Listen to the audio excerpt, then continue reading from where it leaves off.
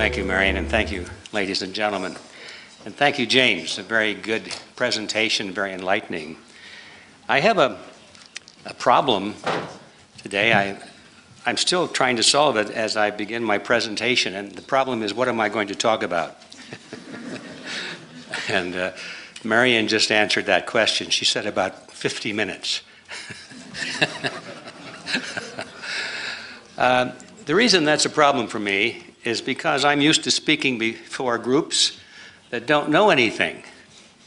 So I can start off and start at the beginning and give nice, slow, easy explanations on everything and pretend like I'm in a classroom. But here, it's quite different. I know that you folks are quite knowledgeable, or you wouldn't be here. And maybe you came to see if I really know what I'm talking about. And I know it would be a waste of time to go over a lot of very basic information. And so I'm trying to figure, what do I talk about really that's meaningful, and what can I contribute? And so I looked in my notes of some talks I have given over the last year, and I found one that I thought might be pretty good. And the title of it is, "The World and Everything in It."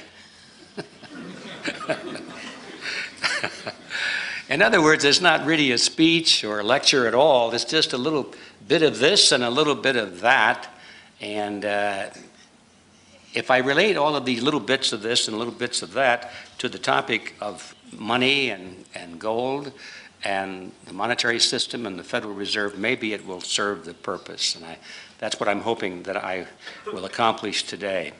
I'd like to begin by telling you a little story. It's a joke. I hope it'll be funny. I think it is. It's a story of the fellow who was not feeling very well. He was very sick, as a matter of fact. He was getting up in years and worried about his health.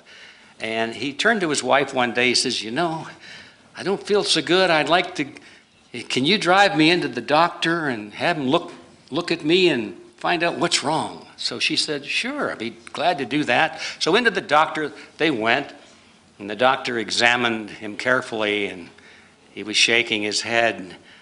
And he said, "Okay, sir, you go in and put your shirt back on." He turned to the wife and he said, "Ma'am, can you join me in my office for a moment for a private conversation?" And she said, "Yes, of course." So into his office they went. And he said, "Ma'am, I have some bad news and some good news. The bad news is that your husband has an incurable, fatal disease. There's nothing known in medical science that can save his life. That's the bad news. But the good news," he said, "is if we treat him very carefully, he can live quite a while and be comfortable." He said, "For example, he must not have any stress. So I recommend that you always fix the right food that he likes, the favorite foods, and you always agree with everything he says and laugh at his jokes, and don't ask him to cut the grass or put out the garbage or anything like that. And if you do that, you know, he can live for quite a while. Do you understand?" And she said, "Oh yes, I understand." He said, "Okay, very good. That's it. That's the message." So on the way home in the car, of course, the man turned to his wife and he said, "Well, what did the doctor say?" And she said, "Well, he said there was some good news and some bad news." She said, "The good news is that you're okay right now. You could actually live for quite a while and be comfortable. But the bad news is tomorrow you're going to be dead."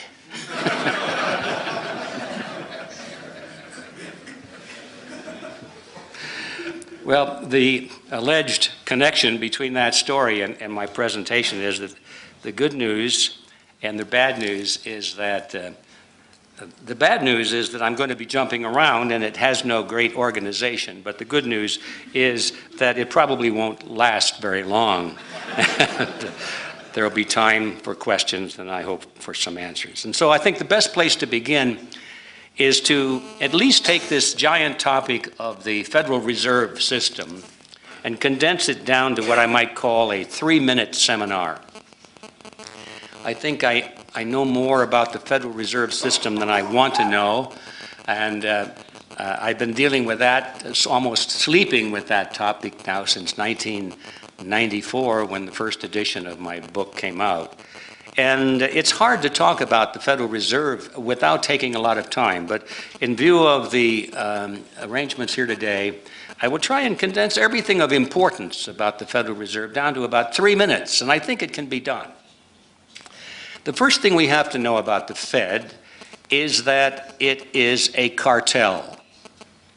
This comes as a shock to people. It came as a shock to me when I discovered it, that the Federal Reserve is not a government agency. It is a corporation that was created by an act of Congress in 1913, and it was given the power to create the nation's money supply. It's something normally a sovereign nation would do on its own. That's one of the things that governments like to do, is to print their own money or issue their own money. It's their money. The two legs, the two pillars of sovereignty for any nation. One is to create your own money. And the other, of course, is to have your own army. If you have those two things, at least you have the chance of nationhood. You have sovereignty potential. And as an aside, you might notice that gradually the nations of the world are losing control over both of those pillars of sovereignty. And so anyway, the amazing thing about the Federal Reserve is that Congress actually passed a law giving the power to create the nation's money to a banking group, a group of banks, a cartel. No different than the sugar cartel or an oil cartel or a banana cartel, happens to be a banking cartel. This is the most important thing to know about the Federal Reserve. Because when the chairman of the Fed goes before Congress and he is having to explain to the politicians and to the nation that's watching by means of the cameras, explain why they have made some decision regarding monetary matters. Why, Mr. Bernanke, why did you raise interest rates this month? If he were to say, well, obviously, since we're a cartel, we raised the interest rates because we thought we could get away with it and make some more money. That wouldn't go over too well. So Mr. Bernanke has to say, well, we did it for you folks. We did it because we wanted to cool down the economy. We wanted to combat inflation for you folks. We did it because we want to help America and the world. We did this because we are selfless individuals and we want just the best there is for everybody. But he's lying. Because he's the executive officer of a banking cartel.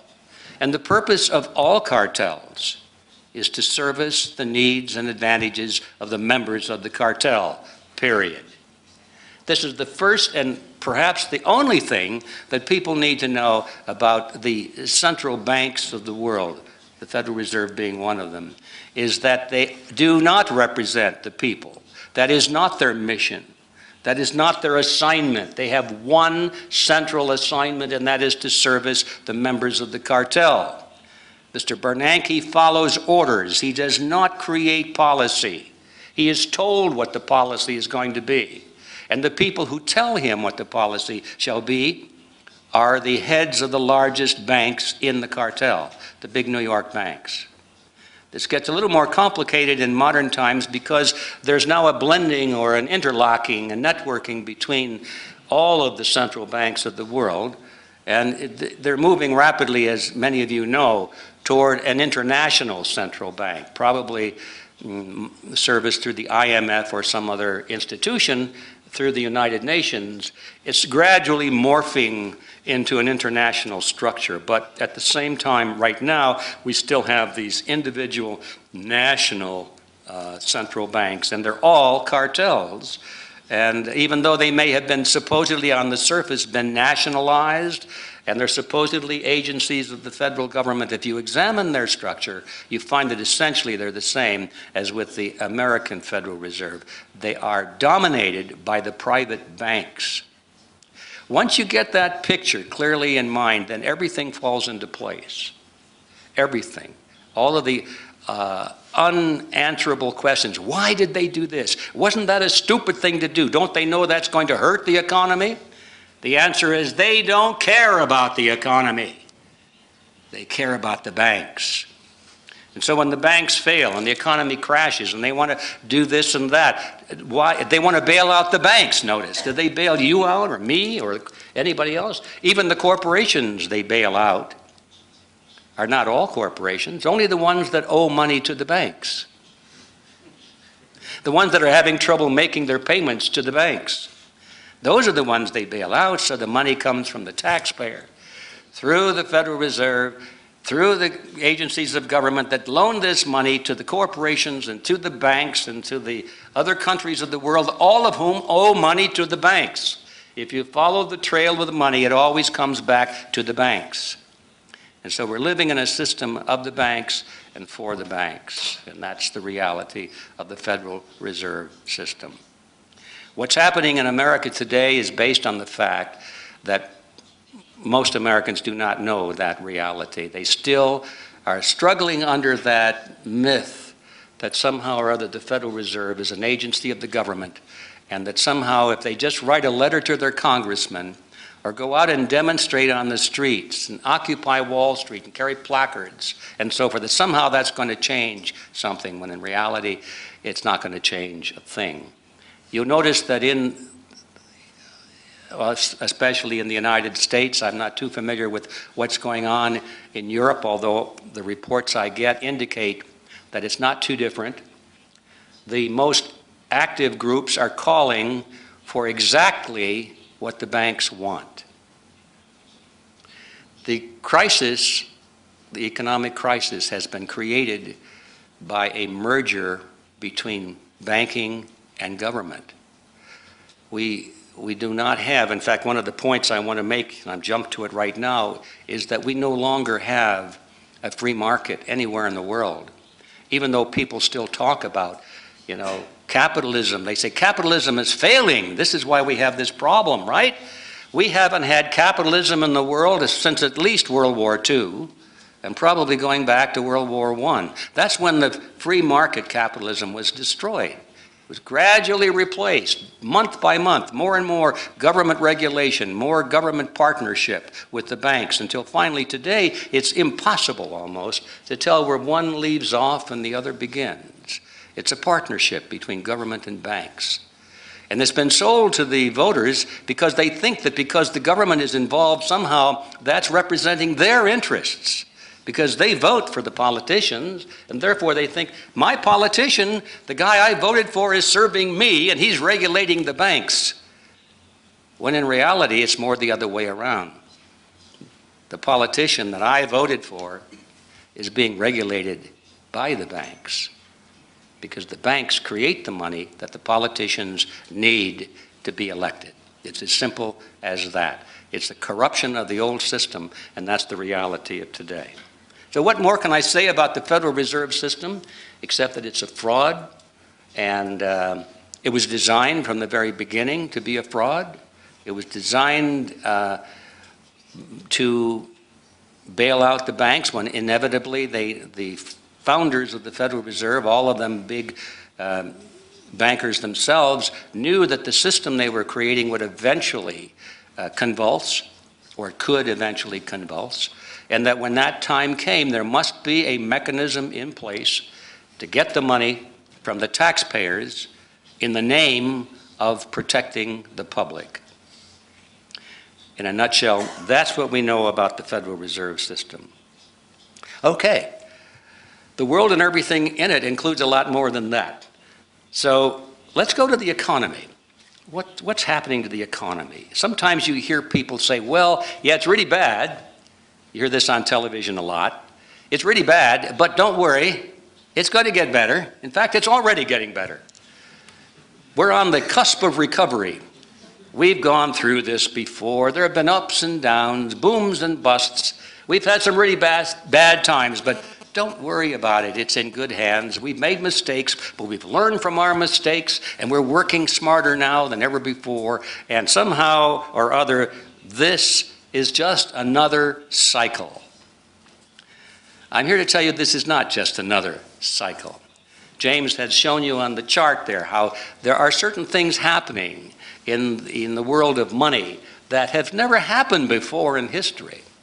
And the greatest thing to keep in mind on this cyclical myth is that it's true we have had cycles in the past, we have recovered in the past, but those were under conditions where the free market existed. Those were conditions when people had an option to do something. They could flush out their losses. They could go somewhere else. They could move their money from here to there. They had options. And as long as people live in a system of relative freedom and have options, yes, cycles can be worked out. But maybe you have noticed that in the last few decades, our options have been whittled away until finally, today we have very few, if any, options at all. So there's no room left for the recovery. The cycle, the so-called cycle, is not happening anymore. This is something which is entirely new in history, because never before in history has the whole world been in the grips of such total control over the economies and over the money supply and over the political system and over the media, by the way, which explains all of this to the public and makes it seem so plausible and acceptable to the public. This is really something new. I think it's very much like what we're experiencing in the economies of the world is very much like a drug addict who is on his deathbed. He's been given so much cocaine, so much speed, methane, and all these drugs that he's lost his brain cells. And he can't function anymore. He can't walk, he can't talk, he's having hallucinations, he's having the shivers and the shakes, he can't eat, and this poor chap is on the verge of death. And so the doctors come in and they say, well, it's pretty serious. I think maybe we should give him a shot of cocaine. Give him exactly what has put him on his deathbed. And you know, it might work one more time. The chap might sputter together and say, oh, I'm feeling good now, man. Let's go out and party for one more time. And then he's through. This is what's happening in the economies of the world. The doctors who have been prescribing this cocaine are still the doctors. They're the same ones we call. And the prescriptions never worked in the past. They just drove the patient into deeper addiction. And that's what's going on today. And I believe that anybody can see clearly that as long as we call the same doctors, the same group of politicians and bankers, and as long as we accept their prescription of more drugs, more debt, that the patient is not going to recover. Now, this is bad news. This is the bad news part of my presentation. We are all suckers for good news. Somebody asked me earlier, partly in jest, not totally, she said, well, when you talk about these things, are you going to give us something happy at the end? And I said, I don't think so. We want happy endings, and we're willing to believe almost anything in order to accept a happy ending. And I'm saying that if we keep giving this poor chap cocaine, there's not going to be a happy ending. He's going to die. And I think this is the reality of many of the economies in the world, if not all of them. They're driven to their deathbed by excessive debt and fiat money. And as long as we keep prescribing more debt and more fiat money, we are making it more and more probable, if not certain, that the economies are going to collapse. They tell us, but it worked. Especially in American newspapers, you can read almost every week somebody from the Treasury saying, yeah, well, these banks have paid off their loans now. And people read that and they think, I didn't know that. That's good news. They paid those bailout loans back, they say, plus a profit. That means that the taxpayers really didn't get on the hook at all. In fact, the government made money. They got their money back plus interest. You can read that every week in American newspapers. It's a lie. You're going to hear me say that a couple of times more in my presentation. We have to wake up to the fact that these people lie to us. The reality is, and this it worked fraud or this myth, is that the Federal Reserve in cahoots with the Treasury will go to a corporation or a bank and they say, okay, we loaned you $50 billion. We know you can't pay it because you're still losing money, but how do we make it look like you've repaid your loan? And they put their heads together and go to lunch, have a couple of martinis, and they say, we've got the solution. We'll loan you some more money, give you another bailout, but this time under the table. We won't tell anybody about it. It'll be in secret. It'll be, in the phrase they use, it'll be undocumented. That's the actual phrase they use, undocumented agreement.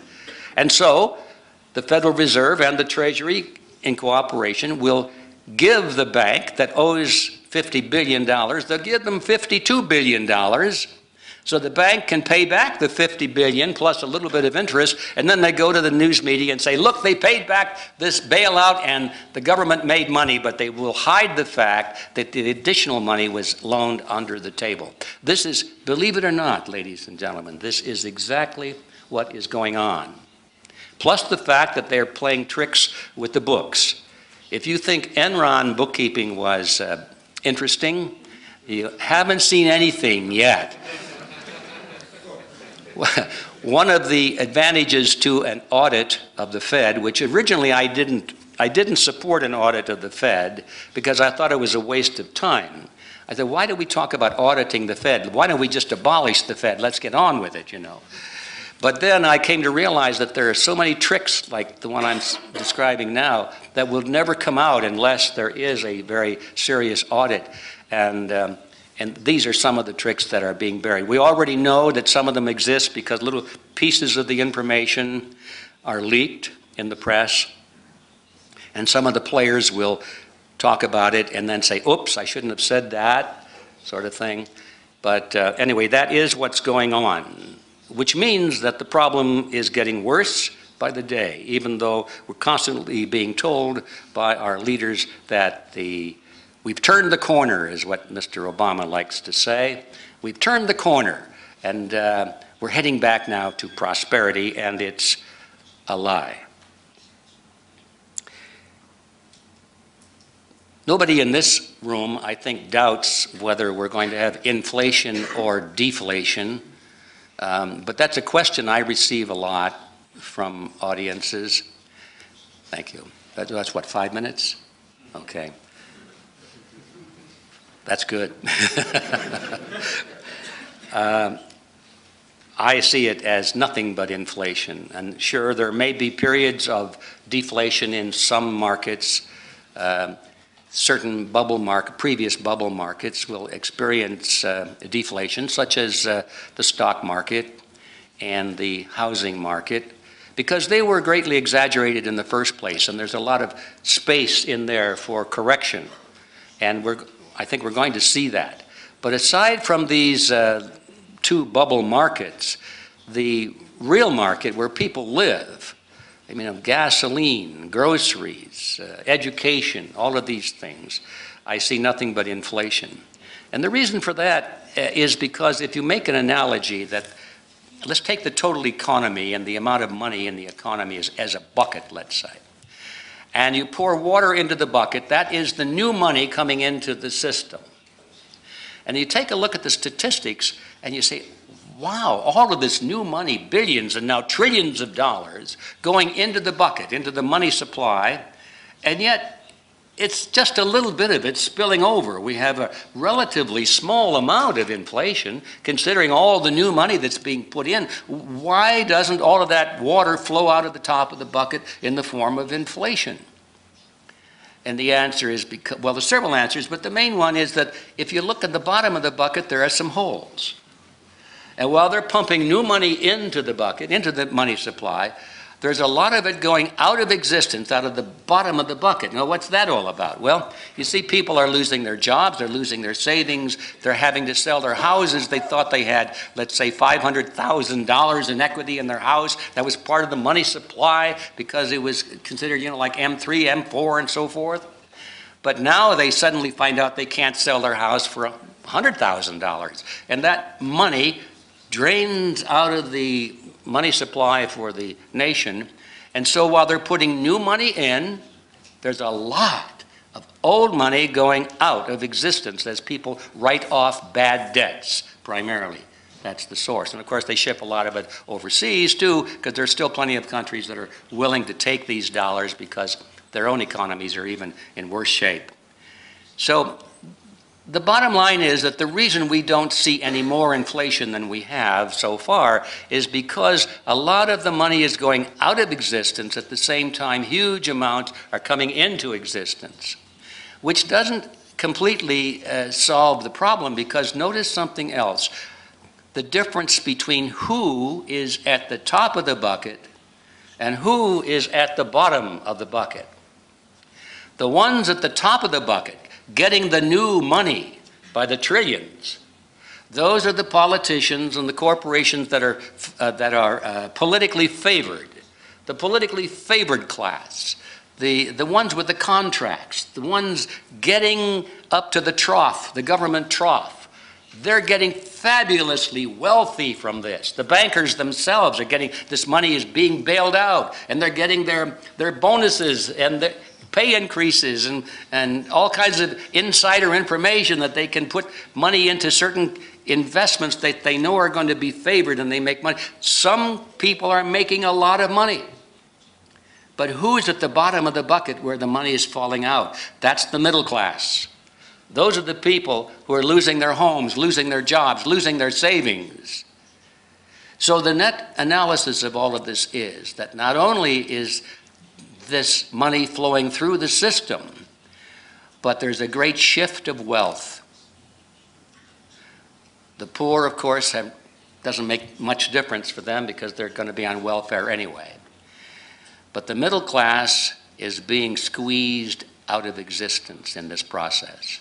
I don't know how much longer it'll take, but it won't be too much longer before the middle class will almost become like a white elephant or historical class of people.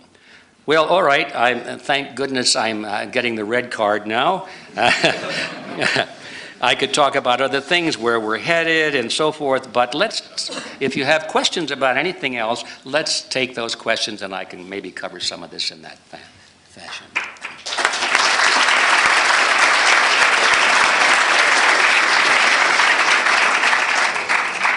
So, please and please. Okay.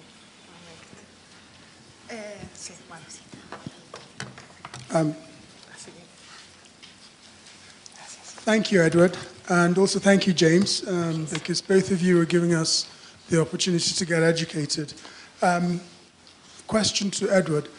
Now, in the book, The Creature from Jekyll Island, we learn that the creation of the Fed was originally inspired from England, by the Central Bank of England. And so my question is, now that we're so far advanced in the creation of the Fed and them achieving their intentions, I'm curious as to what role the Central Bank of England still plays in this process in terms of pulling the strings. Well, I have to honestly say I don't know the answer to that, except I do know that all of the central banks of the world, the Federal Reserve and the Bank of England, Deutsche Bank, all the central banks have been increasingly networking and coming into, I think, a staging area where they are looking forward to the next stage in the evolution of this crisis, and that will be the establishment of an international monetary system, and they'll all become part of a central bank. I'm sure that the Bank of England will be one of the dominant factors, because they always have been. I think the Bank of England is the point at which the Rothschild dynasty exerts its influence in the economy of the world. And I would say between the Bank of England and the Federal Reserve, or the Bank of the United States, that those would be the two dominant partners in the new world monetary system. But as far as the details are concerned, I'm not privy to that. Okay, next question is the señor, and then... Thank you. I would like to ask you whether you have heard of a new institute that they are trying to establish in Brussels in 2013, called the ESM. In Spanish, MME, I think. Would you have some comments on that institute, or what you think of that? I'm not familiar with that. I'm sorry. Maybe you could explain it to me. Are they talking, is this an economic union of some kind? Yeah, it's kind of a new institute to replace the EFSF, which they put in a lot of money. I think they want to start with 700 billion euros. But this institute goes much further. They get almost complete power over the European countries. That a country like Spain or Germany, they have to pay within 7 days if this institute is needing money to bail out another European country. They have so much power that they cannot also not be replaced or put before a judge in the future. What's your question exactly? I would like to know. I would have loved to know what if you would know something about it and what you thought of it. I don't know very much about it, but it has all the earmarks of the trend you see everywhere, which is the regionalization of countries and economies as a gradual process toward the internationalization of all countries, brought into a global system, a united world system, or what some of these people like to call the New World Order. And you can see that everywhere. Of course, the European Union itself is a major example of that trend. There's something very similar to that in the works called the North American Union. It is intended to be a merger of the United States, Canada, and Mexico. And right now, the political leaders of those three countries are denying that. But we know from sources inside those governments that they're actively working on it almost around the clock. And they're trying to bring they call it harmonizing. They're trying to harmonize the laws of all of those three countries so that eventually they can be part of a regional directive. So I'm just guessing from what you've told me that this is part of that scenario. And if you ask me what I think of it, I think it stinks. That's your answer? That's my answer. if I'm right in my analysis. Okay. Please. Mr. Griffin, thank you for your explanation. I also enjoyed reading your book. What struck me was your analogy with the bucket. I would love you to elaborate on that, because many economists, mainly in the Austrian economics, say that we will run into hyperinflation with the dollar and the euro, and mainstream economists say, where is your hyperinflation? It's not coming. And that's why the holes in the bucket, at the bottom of the bucket, might be an explanation. And I just don't understand how fiat money, I can understand how it's created, but I don't really understand how it can go out of existence. And if so, aren't the mainstream economists right in saying, well, there's no big problem in printing money? Well, there's no big problem for them in printing money, because they get the full value of it as soon as it's printed, and they spend it into circulation. But by the time it trickles down through the economy to us, it takes a little time, and it's being crowded out with other money and prices go up and so forth. So the problem is not to the governments, but to the common man who's paying for that in the form of loss of purchasing power. But at first it seems kind of mysterious about how money goes out of existence. But when you think about it, it's not mysterious at all, because how does it come in? If you understand how it comes into existence, and that's the big barrier, because many people don't really have a handle on that. But once you understand how it comes into existence, how easy it is, and how it's just a concept, it's just the creation of numbers in a checkbook or in a computer, then you can see how it can go out of existence the same way, because these things are all set up as liabilities and credits on like a double entry accounting system. And anybody that has looked at that system knows that if you take the number off on the right side and take an equal number off on the left side, they're both gone, and they're both gone. So where did it go? But they're gone, that's for sure. And it's just a loss. In other words, the value of the money, the fiat money, the value is an assumed value. It's a bunch of politicians or accountants sitting down and saying, well, we think this portfolio is worth $100 million. And that becomes its value because they said they think so. But when you get out there in the real market and people won't pay $100 million for it, then now you've had a loss in book value, not in real value. But it's all book value. I guess that's the best way to explain it. The money goes into existence as book value, fiat money does, and it goes out of existence exactly the same way, just book value. Thank you. Next question. I would like to say thank you very much.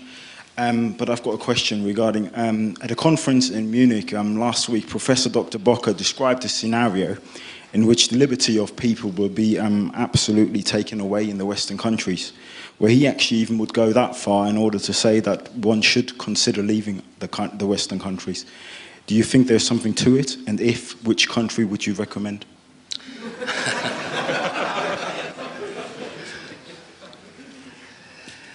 Well, it's a really a serious question, even though it has its humorous overtones to it. If there was a place to go, I'd probably be there. But I don't think there's a place to go, because the system we're talking about today in reality is global. And you might escape it for a little while, but not for long. It's just a question of, you might find some little flea-bitten island somewhere that you want to go to. But those of us who are used to living in a civilized society and running water and things like that probably wouldn't want to do that. But so the answer to your second part is relatively easy, which is I don't think there's any place to go. We've got to solve this problem right where we are. But the answer to the first part of your question, I'm glad you asked, because it was something that I had on my notes to discuss toward the end of my talk. And that is the fact that I think we get so wrapped up with the money side of this equation, we forget that there is a liberty side or a freedom side. And the two are intertwined. You cannot separate them. If you think about where this system might be headed if we don't turn it around, just think, where does it go? What happens when money collapses? What happens when people are unable to buy groceries because the banks are closed, or the credit cards don't work, or nobody wants your cash anymore, like in other hyperinflation scenarios throughout history, where the only thing that was good for currency was to burn it and heat a house with it. And today we don't even have that, because most of the money is not currency, it's checkbook money or computer money. Can't burn it. You don't even get a heat out of it. So what happens when people are desperate and the factories are all closed? I mean, we're talking about a scenario that's not pleasant. And the answer is that if we don't turn this system around, the answer is that we end up under totalitarianism. That's when people will turn to the very governments and institutions that put them into this mess. They're going to turn to those same people and say, save us. We want food, we want jobs, we want clothing, we want housing, we want water to drink. The water doesn't come out of the pipe. And there are people who will say, oh, thank you for asking. That's exactly what we had in mind ourselves. They will provide everything. And you won't have to do anything except exactly what they tell you to do, when to do it, and where to do it. And you will be so grateful. This is the end of that line. If we don't turn this around, ladies and gentlemen, it won't make any difference how much money you have, how much gold or silver you have. It won't even make too much difference how much food you put away. Because we're talking about unimaginable, distressful situations. If you want a happy ending to this story, and we all do, there's only one happy ending, and that is that we have to get involved in politics. We have to recapture the system. We have to replace the people that are running the show today with people like ourselves who have no axe to grind except to preserve our liberty and the prosperity of our people. And that is the message I really wanted to close on before, is that we have to think beyond just money. We have to think about ideology and politics. And if we're not willing to do that, we're not going to solve this problem, and there will not be a happy ending. But if we can do that, there will be a happy ending, because history is full of examples where civilizations even and nations have fallen, and they've gone into the kinds of conditions that we've just envisioned, and they have recovered. But they've only done so because there was, first of all, a void, and then the freedom for people to do what they have to do. And anybody that's interested in what I think is a realistic plan of how you can do that, I urge you to look up an organization that I created back in 2002, rather. It's called Freedom Force International. Look it up on the internet and do your homework, please. What I found out, and what I'm advocating that we do, is that the enemies of freedom have taken over the nations of the world today, not so much by guns and bayonets and bombs and military force at all. They have followed a formula that they describe as taking the power centers of society. They know that people have a herd instinct. We belong to groups, and we follow leaders. And they know that one person, if he's in a leadership position, can influence and lead 90 or 95 others. And so they concentrate on placing their agents in the positions of authority in the power centers of society. Less than 3% of the population, actually less than 1% of the population, are leading the other 99. And they do it because they have captured control of the power centers of society. What are the power centers of society? Political parties, the media, labor unions, church organizations, you name it. Any organization which people belong to and they tend to follow their leaders, these are the groups that determine the policies of the nation. And that has been the trick used by these people. In this audience, I imagine most of you have heard the name Council on Foreign Relations or Trilateral Commission or Bilderberg Group. These are the people, less than 1% of the population by far. They and their little structures that they control dominate all of the major power centers of the world. In the United States, it's the Council on Foreign Relations, about 4,000 people. And yet, when you make a list of all of the major political offices, from the President of the United States to the head of the CIA, to the head of the FBI, to the head of the Treasury Department, to the Chief of Staff of the military, to the Supreme Court, to the Senate, on down, all throughout government, and you make a list of the board of directors and executives of ABC, CBS, NBC, Turner Broadcasting, Washington Times, New York Times, Los Angeles Times, Time Magazine. You go through this list, 70% or more of the major power centers of America are in the hands of less than, or that about 4,000 human beings belong to the Council on Foreign Relations. It's an amazing, amazing discovery. And the Council on Foreign Relations is dedicated by its own proclamation, dedicated to creating what they call the New World Order, which means world government, based on the model of collectivism. That's the significant part. Not based on the principle of freedom or individual liberty, but on the model of collectivism, which means all power at the top, with the people serving the government rather than the government serving the people. That's the model. And they're dedicated to fiat money. And that's how it works. That's how we lost control in America, and I suppose it's pretty much the same way here and everywhere in the world. So therefore, what is the solution? The solution is do the same thing in reverse. We know it can be done because it has already been done. And it didn't require revolution in the streets. It didn't require bloodshed. It just took the efforts of less than 1% of the people who determined what they wanted to do and were willing to make the sacrifices to do it. So anyway, that's the good news, if there is any good news, that we know there is a formula.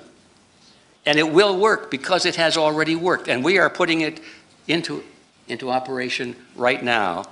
And so if you're interested in becoming part of that freedom team, I guess we should call it, come to the internet and look us up on Freedom Force International. .org, by the way, .org.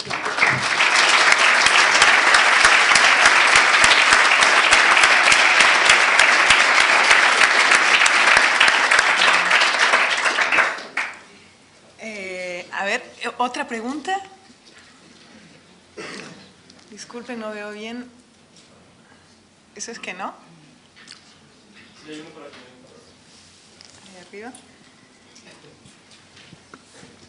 I'm going to ask again, what is your time span for this new world order? What is your prediction on it? And what are the chances of a derail? Like, for example, candidate Ron Paul or people that have an idea to abolish the Fed, or is there a chance for them?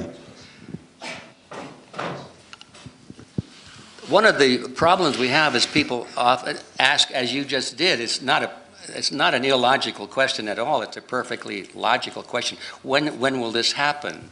I don't think that the day will come when they're going to ring a bell and say, well, here it is today. I think the New World Order is already here. It's been here for quite a while, but it's been growing. You see, it didn't start off completely established. That's the trick right there. It started when the leaders of the world began to think in terms of international structures ahead of their own nations.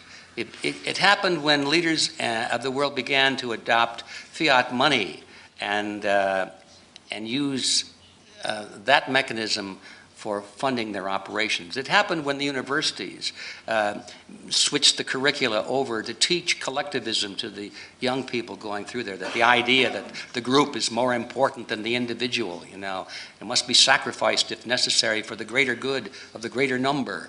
And of course, the greater good of the greater number is always the state, the government. And it happened a long time ago. That's when it began. And I think that we're far into it already. Can it be reversed? I think it can if we follow the strategy that I mentioned. But that's not going to be easy because remember, we've got this poor drug addict, and I think the analogy applies to the political side as well as to the monetary side. We've got this drug addict, and he's in bad shape. And you're not going to just shake a gourd over him and say, get well and get healed or something. He's going to be sick for a long time, but he can recover if we stop giving him drugs. And it's going to be a long road back. I think it can be done, but if we're looking for a quick, easy answer, like voting for a candidate, you know, people like the quick answer. Who are you going to vote for? There's got to be a solution. If we just vote for a guy, whoever he is, that'll solve. We want him. That'll solve the problem. We want the guy on the white horse. Well, you asked about Ron Paul. I'm a friend of Ron Paul, and I like Ron Paul. I support Ron Paul. I hope he wins. Well, in a way, I almost don't, because if he does, he'll probably be assassinated, and I hate to see that happen to anybody. But that's the reality. But even if he weren't, if he were elected, that's for some miracle, because the media won't let the American people hear about Ron Paul. They just, my neighbor never heard of him. And he's not likely to see Ron Paul on the news. You know, they just don't give him coverage. But anyway, let's assume that somehow we were able to break through that media blockade and Ron Paul were elected president. What could he do? Couldn't do very much. He could educate the people, of course, but all of his opponents in government all of the people he would rely on to execute his policies would be the established bureaucracy. He can't replace them all. And they would all work against him. And when it came time to abolish the Federal Reserve, for example, people would say, what? Abolish the Federal Reserve? You can't do that, you know, because they don't understand. What I'm trying to say is that for true reform to take place, it must happen simultaneously at all levels of society, not just getting one man into office. In fact, one of the projects that we have in Freedom Forest International, we call it Project City Hall. And the reason for that is that our little unofficial slogan is, I should back up a little bit. In the States, we have a little saying that says, you can't fight City Hall. I don't know if you have a similar saying here or not, but in the States, you can't fight City Hall, you lose. And so our little slogan is, you can't fight City Hall, but you can become City Hall. See? So we have a program called Project City Hall, and we're training people right now to go into local politics, and our people are already getting elected to positions like the school board and the county commissioner. And we got one mayor, one guy's running for governor in the state of Illinois, and so forth. We're just starting, but this is how you can do it. You can't do it just with one man in the White House or at the head of any government. You need to bring the whole society up to speed at all these different levels and all of the power centers of society. That's it. All right. Thank you. Thank you so much.